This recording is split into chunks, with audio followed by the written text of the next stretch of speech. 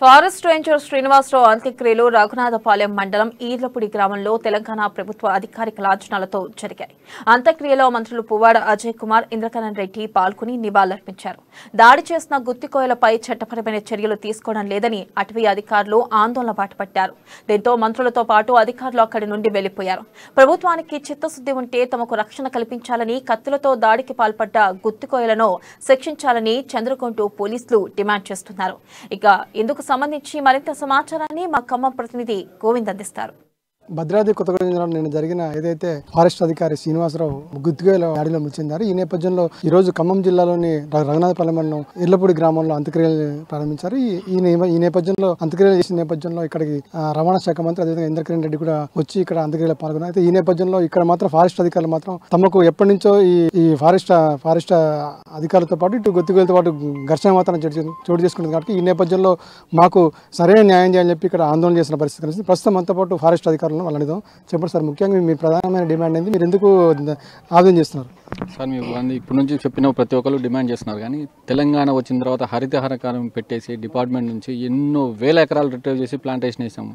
అది ఉద్యోగ భాగంలో ఎంతో మంది తన్నులు తిన్నాం. 2015 ఇన్సిడెంట్ జరిగిలో నేను చనిపోయేవాడిని, నాకు తలబగిలింది.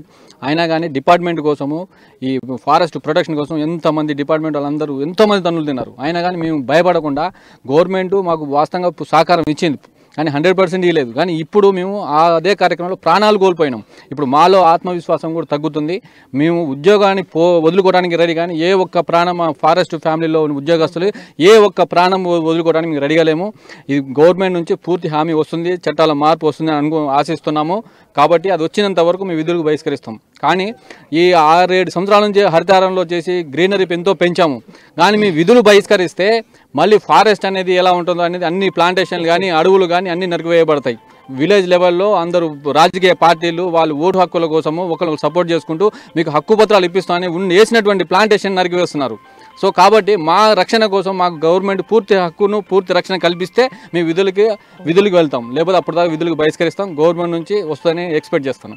ఓకే, మొత్తాన్ని చూసినట్టయితే భద్రాద్రి జిల్లాలో జరిగిన ఈ ఘటన మాత్రం చాలా విషాదమని, ఏదైతే శ్రీనివాసరావుని గుత్తకాయలు అతి దారుణంగా కిరాతకంగా చంపిన నేపథ్యంలో వాటిని కఠినంగా శిక్షించాలని, రాబోయే రోజుల్లో కూడా మా ఫారెస్ట్ అధికారులకి ప్రొటెక్షన్ ఇవ్వాలి. ఇటు మహిళలు కూడా ఎక్కువ వెళ్తున్న నేపథ్యంలో, ఒకరిద్దరు వెళ్ళిన నేపథ్యంలో వాళ్ళ మీద దాడి చేసే అవకాశం ఉంది. కాబట్టి తప్పనిసరిగా ప్రభుత్వం గత కొన్ని సంవత్సరాలు చెప్తుంది కానీ సరైన హామీ ఇవ్వట్లేదు. ఇప్పటికైనా సరే తప్పనిసరిగా ఇటు మా ఫారెస్ట్ అధికారులకు పూర్తిగా స్పష్టమైన హామీ ఇవ్వాలి అని చెప్తున్నారు. అదేవిధంగా హామీ ఇచ్చేంతవరకు మేము విధుల్లోకి వెళ్ళమని చెప్పి ప్రధానంగా వాళ్ళు డిమాండ్ చేసిన పరిస్థితి కనిపిస్తుంది. ఇది ఖమ్మం జిల్లాలోని ఈర్లపూడిలో ఉన్న ఫారెస్ట్ ఆఫీసర్ చెప్తున్న పరిస్థితి.